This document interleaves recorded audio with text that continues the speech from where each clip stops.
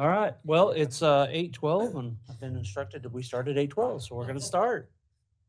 Just wanted to start out by saying thank you all for inviting us here. Really appreciate that, Cindy. Thanks for having us. All the people in the room, thank you for being here. Those online, thank you for watching this today. We are going to talk about intake warrants and booking operations with the Greene County Sheriff's Office Jail. I would like to point out that this is the hub of what we do. It's a very productive area, very fast-paced area at times. So we're going to talk a little bit about it, and then we'll have some questions if you have some at the end. I'm going to introduce kind of my right-hand man here. He has been working with me for a long time, and I've been working with him for a long time. But Lieutenant Tom Canter has been a vital part of our intake warrants, booking operations, and all kinds of different projects that he's taken on. I'm very proud of him. I wouldn't be able to do my job without him. So I'm going to introduce Lieutenant Tom Canter. Morning. Morning. His only job is to put up with me, and he is underpaid. So I've been given 30 minutes, leaving some room for questions, to talk about a process that takes me 6 months to train someone to do. So let's get into it. There we go. So the purpose of a jail intake and booking is to formally document a person's entry into the justice system for security, health, and legal processing. And we're going to get into what all of that means. Forgive the congestion. I got into a fight with a thorn bush. It was the Mike Tyson of thorn bushes, but I won. So some key functions of intake and booking. We're talking now about legal and administrative processing aspects. Maybe. There we go. Record the arrestee's official information, name, address, date of birth, social security number. We take fingerprints, we take mug shots. Captain hates it when I say mugshot and not photograph, so I'm going to say mugshot a lot today. Check for outstanding warrants and conduct a criminal background check. That's done by the Warrants Division. We document the charges and process legal paperwork. There's a lot of legal paperwork. We search the arrestee for weapons and contraband, confiscate personal property, which is then inventoried and stored, and inform the arrestee of the jail rules and rights. There's a big difference between rights and rules in a jail. We conduct medical and mental health screenings to identify immediate needs and potential risks, and ensure the arrestee receives any necessary medication and or medical attention. Hey, can I ask a question? No. I want to mess you up. Oh, go ahead. So do you know if they're booking or releasing? So you don't have to go through all those steps? Is it when they get there, you know? That's adorable, but would be awesome. Yeah, question, because that's so much to go through. No, well, we're just, that's not even scratching the surface yet. Okay. So we'll get to it. Thanks for. But no, I would love to know. We have a pre-booking process we can do for people we know that are coming, which helps with the federal inmates, ISJ pets, but we'll get into that. So now we talk about our jail intake area. And this is the first area where the arresting officer brings the arrestee into the jail and where jail personnel have their first contact with the person. The first thing we do is physically observe the arrestee for any signs of impairment, alcohol or drugs. We gauge their behavior. We have a form. We ask them questions. Are you suicidal? Did you serve in the military? Just kind of get a basic idea of, am I going to have to fight this guy or not? Because some people aren't nice. If any concerns are noted, we'll have jail medical staff assess the person for what we call fit for confinement. If the person is not fit for confinement, it is the responsibility of the arresting agency to take them to an area hospital for medical clearance. That happens quite a bit. If someone is in a wreck and the airbag deploys, they have to be medically cleared by a doctor. That's in state statute. And then we conduct a thorough pat search on the exterior of clothing to reduce the introduction of weapons, drugs, and other contraband. And contraband being anything we don't give them that we don't want them to have. We inventory and document their property for placement and storage. We place the arrestee in a body scanner and conduct an x-ray scan of them. If any abnormalities exist, we'll do a visual strip search. We'll get into some body scan stuff. Once we're done with the body scan process, the arresting officer, if the person has any money, they go into a kiosk. We don't handle cash anymore. Thank you, Cindy. That's wonderful. And then they finish their paperwork and put the offender in the cell. One thing I like about Greene County is we are a no refusal county when it comes to DWIs. You cannot refuse to give a blood draw if you refuse to give a breath sample. If you do, we'll get a warrant from a judge and take your blood anyways. If the person refuses to cooperate with that process, they go in a restraint chair. Our medical staff conducts all our blood draws at the jail. This is your initial view as you're walking into jail intake. You got the black things on the wall there on the left. Those are the money kiosks. The big space age looking, airplane wing looking thing is the body scanner. And those tables where we inventory property. You see the blue bag hanging on the wall? That's what all the inmate property has to be able to fit into, and it cannot weigh more than 15 pounds. Otherwise, we have like a dry cleaning rack system, which is so much safer than what we used to do, which was stack things real high and try not to hurt ourselves pulling them down. This is really nice. There's our body scanner. Here's a body scan image. And here's a close-up one. So if you guys want to see that better, come see us. We love to give tours of our jail. So we'd be happy to show you around. And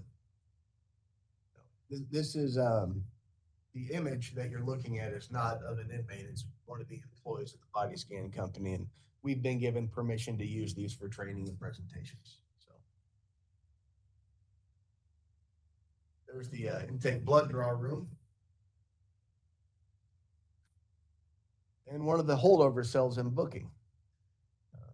So once the arresting officer is done processing their end of what they have to do, they'll place the arrestee in here, and then we'll get them through the door on the other side that you're looking at straight ahead. Whenever we're ready to process them. Nice computer station, lots of computers. And here's the window where the arresting officer passes their paperwork to the booking supervisors, and we'll get into that here in a minute. So my responsibilities are intake, booking, the warrants division, the court liaisons, and the release department. Just a couple things. So our warrants division, they're unsung heroes. These men and women work their tails off. Their primary responsibility for booking and intake is they run everyone for warrants, print the warrants, confirm warrants. There's a law called Jake's Law. It says we have to run everyone coming in and leaving the warrants. Pretty big responsibility. So the warrants will give the paperwork to the arresting officer. They do a lot. I couldn't in 30 minutes tell you what everything warrants has to do. There's a picture. You notice we're festive. We have a little Christmas tree in the back corner. Gals like to decorate. Okay, so now we get into the arresting officer is done with what they have to do in intake, and our staff are taking custody of the person with the booking process. The first thing we absolutely have to do is verify that we have a legal right to keep the person incarcerated. We have to verify the arresting officer did their paperwork right. We have to check for the accuracy of the information. Sometimes people lie and give us false names. It's kind of crazy, but we'll look up. We can search by tattoos and pictures, and pretty hard to pull it off. And we have to make sure we have all the necessary paperwork to complete the process. So the arresting officers can't leave until we tell them we're satisfied that their paperwork is correct. Booking officers will begin. Yes, ma'am. How long does that process take? Depends on how cooperative the person is and how many charges they have. So like another officer could be waiting there for maybe a couple of hours if somebody's not being Just cooperative? check the paperwork. Yeah. Oh, okay. It depends. I mean, we've seen people with upwards of 20 charges, come in at once. They go on a shooting spree and a crime spree and be silly. So booking officers will start processing the data, entering it into the computer. When we're ready to deal with the person, we'll go get them from the cell. If the folks brought in are well behaved, they're allowed to sit in what we call the booking pit, another term Captain doesn't like, so I say it a lot. Where that term came from in the old jail, the area the arrestees sat in, it was down a couple steps in just a little pit-looking area.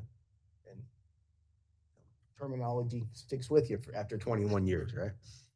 So, booking pit, Captain.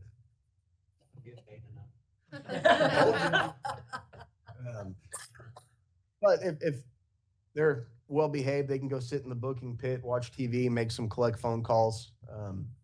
If their behavior is less than desirable, we just let them cool off in a cell for a while.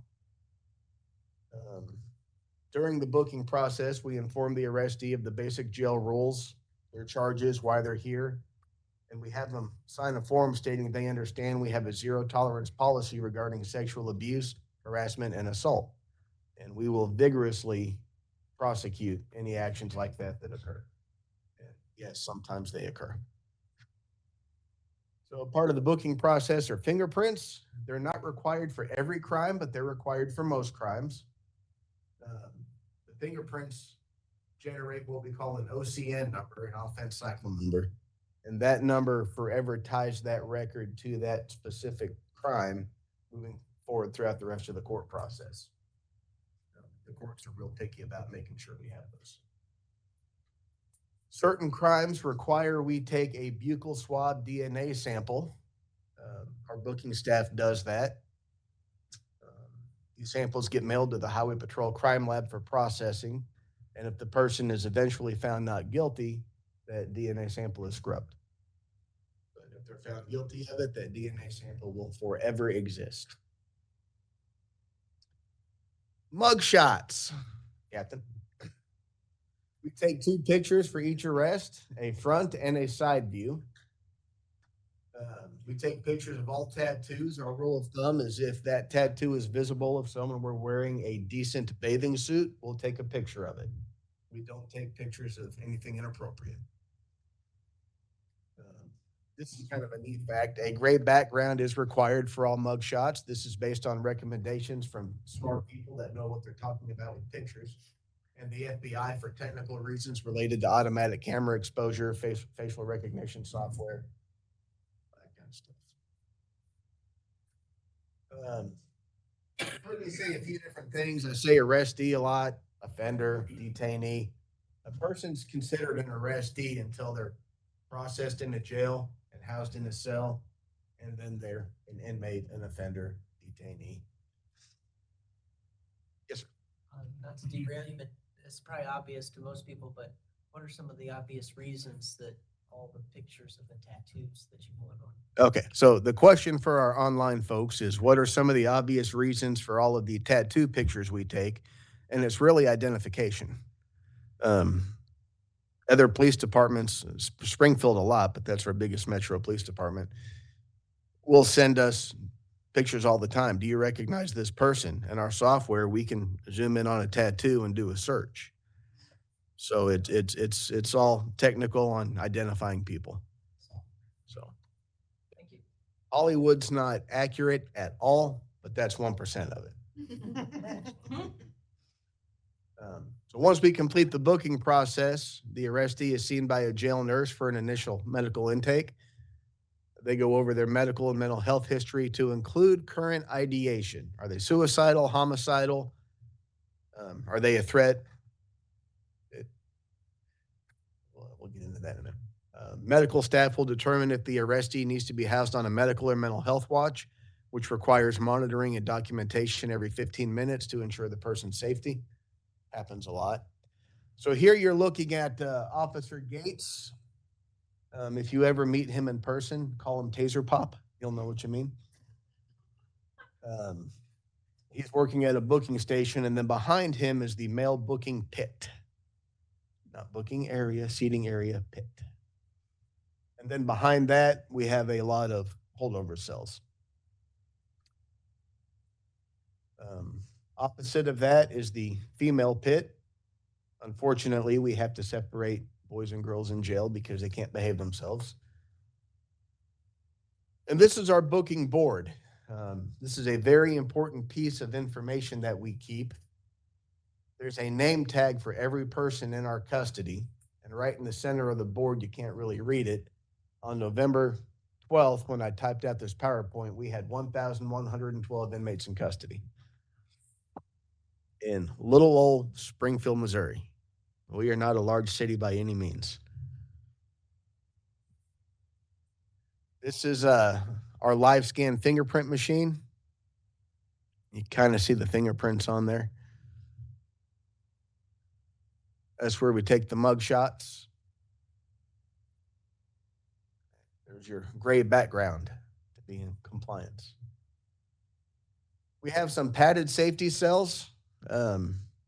It's hard to have a soft landing in a building made of all concrete and steel, but we try. We try our best. We have a spray foam that goes in these cells, and sometimes when people want to hurt themselves or hit their head, this is one of the better options we have. So, nothing pretty. Anyone know what the grate on the floor is? Toilet. There's our booking medical station. Managing behavior.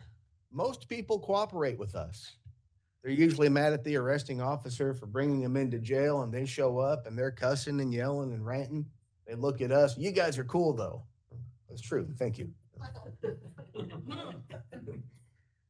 Most people they do okay with us. But always keep in mind, people are upset they're in jail. If it's a serious crime, are they going to see their kids again? Are they going to lose their house? This can be a very depressing moment for a lot of people, and actions have consequences. A lot of people are intoxicated, whether alcohol or drugs. Does that affect their decision-making process? Yes. I can't tell you the number of people we've had to scrap with over the years that wake up and say, where am I? What happened? They have no clue. Well, you went on a binger, buddy. You know. And sometimes they want to be combative. So one thing we put a huge focus on with our training and practice is excelling in interpersonal communication skills, IPC. I like to call it verbal judo. When you can get someone to do what you want them to do and they don't realize you've done that, you win. That's a cat and mouse game sometimes. But most of the time, more than not, we are able to de-escalate an irate person without having to resort to any type of force. And we pride ourselves on that. When a person's an active danger to themselves or others and verbal judo is not effective, we may have to put them on a restraint bunk or restraint chair. It's a last resort, sometimes necessary to control negative behavior. When that happens, we check on them every 15 minutes. We have medical check the restraints to make sure blood flow and circulation is not impeded. We take it pretty serious. So on your left is the restraint bunk. It would lie down. And on the right's the restraint chair. The instructions say they have a calming effect. But I'm not making that up. What it says. Court liaison officers. We have 2 of them. They work closely with release, and they're more unsung heroes. If you ever want a good challenge, just a good mental challenge, go try to decipher a court docket. But get one from every courtroom, where every court recorder has their own lingo and things they like to say. It's fun. It really is. But that's their job. They have to determine what the courts are saying needs to happen. We update the inmate records as, they're a new bond condition. As pretrial service all of a sudden want this person to have a home plan, GPS, scram, ankle monitoring. It's a lot, and it's a big liability. Our release officers, can you imagine being the person in charge of deciphering what a judge wants done by someone else typing it out, sending it to you on a printer and saying, let this person out of jail? It's fun. Sometimes you look at the crime and you're like, really?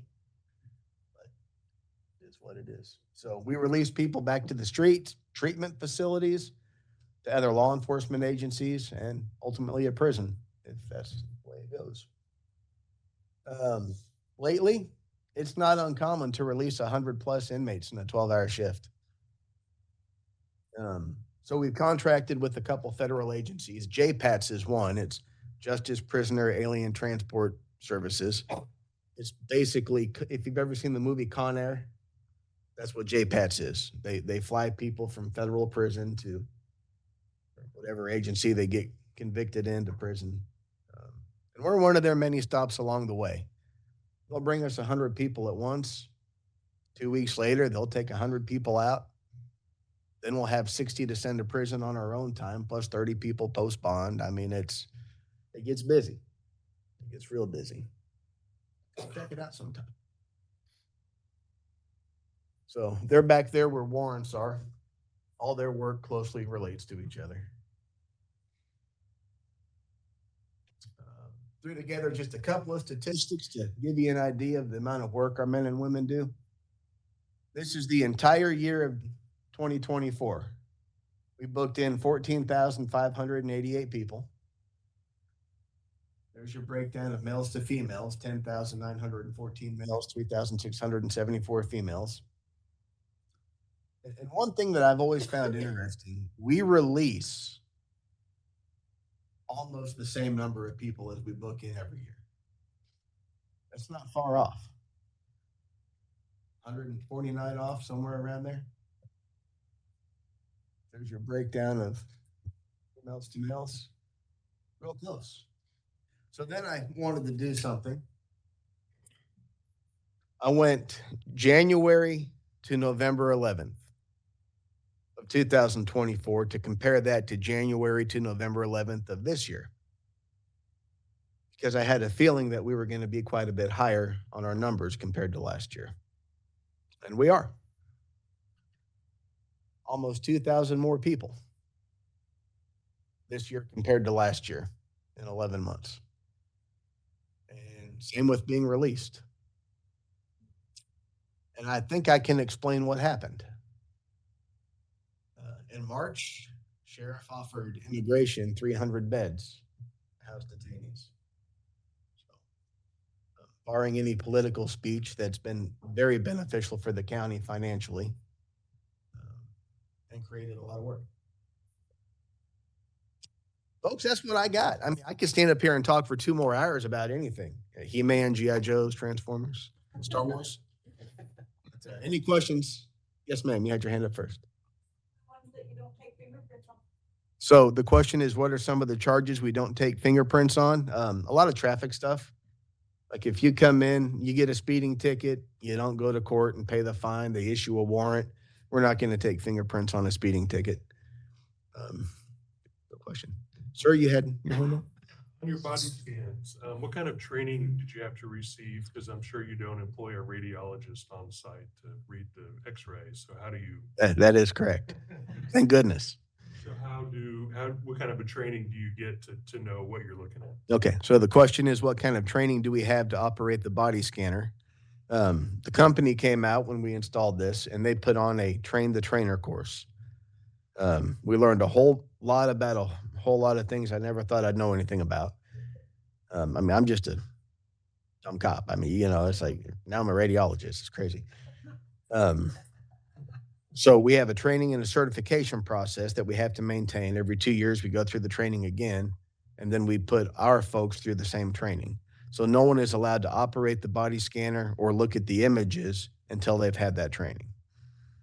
So it was good training. I mean, it was top notch. This company did a great job. And if there's something in question, medical and doctors that we can call to say, hey, what do you think this is? Sure. They'll help us out. And there's been some weird ones. There was a question in the back corner.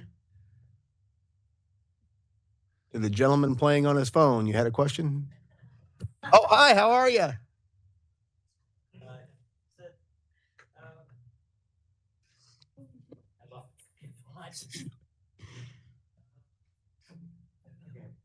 tell you would talk about anything. So, what would be the craziest arrest you've ever had to make? Craziest arrest I've ever had to make? Gosh. You want my brain to go through 21 and a half years of crazy arrests? I don't know. I'm going to defer this to Captain Hancock. That's a great question for the captain. Captain, the question is, what is the craziest arrest you've ever made? I can pretty much sum that up into one thing, all of them. They're all unique. They're all different, different set of circumstances. So each one is unique, but there are a few that just stand out in your head. But I couldn't really like give you a bunch right now. So Are there any statutes for arresting people who look at their phones during huddle? not yet. We're gonna. Talk to Mike Kehoe. I think you had a question, ma'am? Yeah, you said that they give you false names, false identities a lot. You know, what's your most common way to find the correct identity? And they give you false information. So the most common way is to take their fingerprints and send them to the FBI. They have something called AFIS, Automated Fingerprint Identification System. It takes 3 to 4 hours to get the return back. But that's the most common way to do it. Yes, sir. Someone online asking, what is the constitutional amendment that guarantees the phone? So I have a unit. The question is, what is the constitutional amendment that guarantees a phone call? Do you want Tom's answer or the correct answer? The correct answer is the Fifth Amendment. It all falls under due process. Tom's answer is, what year was the Constitution written? Anyone? Anyone? And what year was the telephone invented? I'm not a smart man, ladies and gentlemen. Yes, ma'am. Is there a certain time of day when you're taking in more people than, you know, is it really busy at 3 or 4 in the morning or at midnight or? Okay, so the question is, what time of the day are we the busiest at? It varies. Commonly between 8 and 10 in the morning is a slower time, but then we know we have ICE bringing 60 people in at 1 o'clock. So we try to get as much of the pre-booking work done as possible. So we're still busy, just not dealing with people. And then about 10 o'clock until 7 o'clock the next morning is just crazy.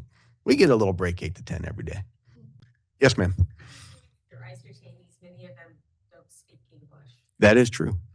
Communicate with them. Okay, so the question is, how do we communicate with folks that don't speak English? There's a company called Jarvison, and they make this really awesome little handheld translator. It's got 18 preset languages and then more languages online, and Google Translate on a cell phone. Interject on that one as well. So we have a lot of staff that also are bilingual, that they can speak, you know, different languages and stuff, and they're always very willing to help out. So we love that about our staff, and it's a huge benefit for us that they can go and communicate to them personally as well. So Yes, sir. When people are arrested far from the jail, like if they're arrested way South County or way Northeast County, and they get released from facility on East Division, are there any transportation services that you provide to get them back home if you have to serve a warrant on somebody's house and they don't have transportation to get back, or does that also vary during the hour of the release? Like if they're arrested at midnight, you have a 24-hour hold, they get released at midnight. What do they do to get back where they need to be? Okay, so the question is, does the sheriff's office provide any transportation to help people get back to their house or location of arrest? The short answer is no. We offer everyone a taxi ride to, no. Thank you, Rapid Access. I had one of those gas brain moments. It's through Burrell Behavioral. That's the only place in the county we offer a free taxi ride to. When I say free, we taxpayers pick up the tab, of course. We do not have the staff, time, or ability to take everyone home that we release. The folks that work in the jail aren't able to leave the jail. Their job is way too demanding for that time. And our patrol deputies are running crazy, just call to call to call to call. So a taxi ride to Burl Rapid Access, or we have a phone they can make a free phone call with in the jail lobby on their way out to get a ride. Sir? So what are some common things that you notice are wrong whenever, like for a routine traffic stop, someone's just bought a car recently? What are some things that might be wrong when it, I should have worded this better. What are some common mistakes that first time car buyers make whenever they're pulled over? So what are some common mistakes first-time car buyers make when they're pulled over? Whatever they were doing that got them to get pulled over to begin with. Speeding, not using a turn signal. So, sorry, I have a sense of humor. You mean once they interact with law enforcement? The best thing I can say is just be honest. You know, I mean, honesty goes a long way. So, yes, ma'am. When someone gives a false name, is that in and of itself a crime that they can then be charged with? And then if they were brought in and they didn't do anything, do they then have that charge if so?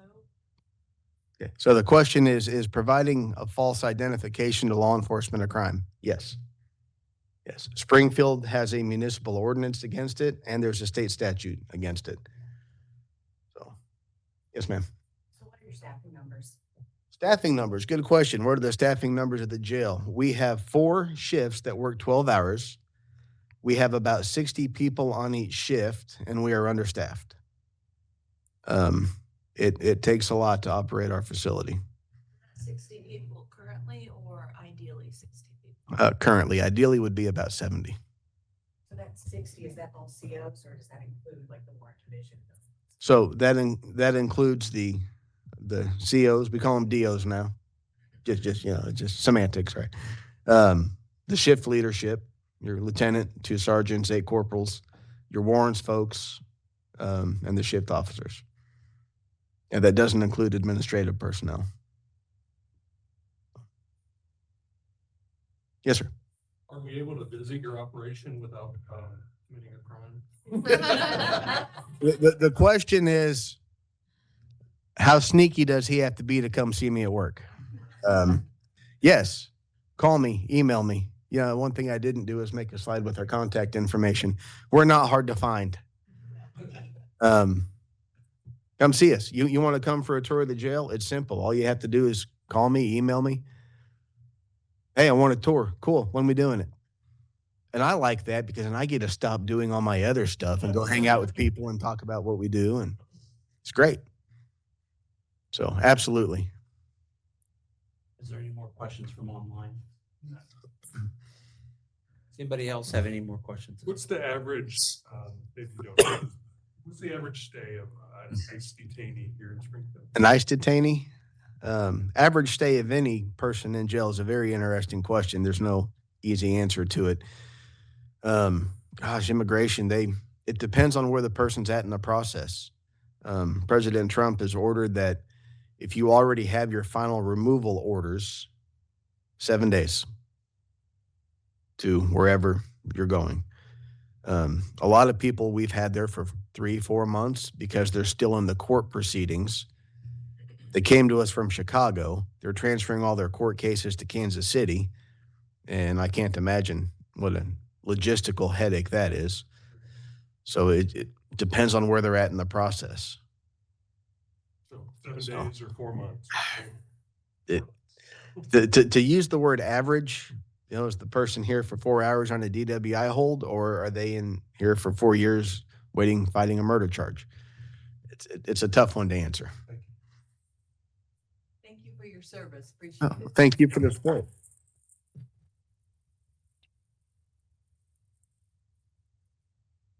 Again, thank you guys for coming to this, and we would be happy to have you guys come take a tour anytime. So get in touch with us. Thank you.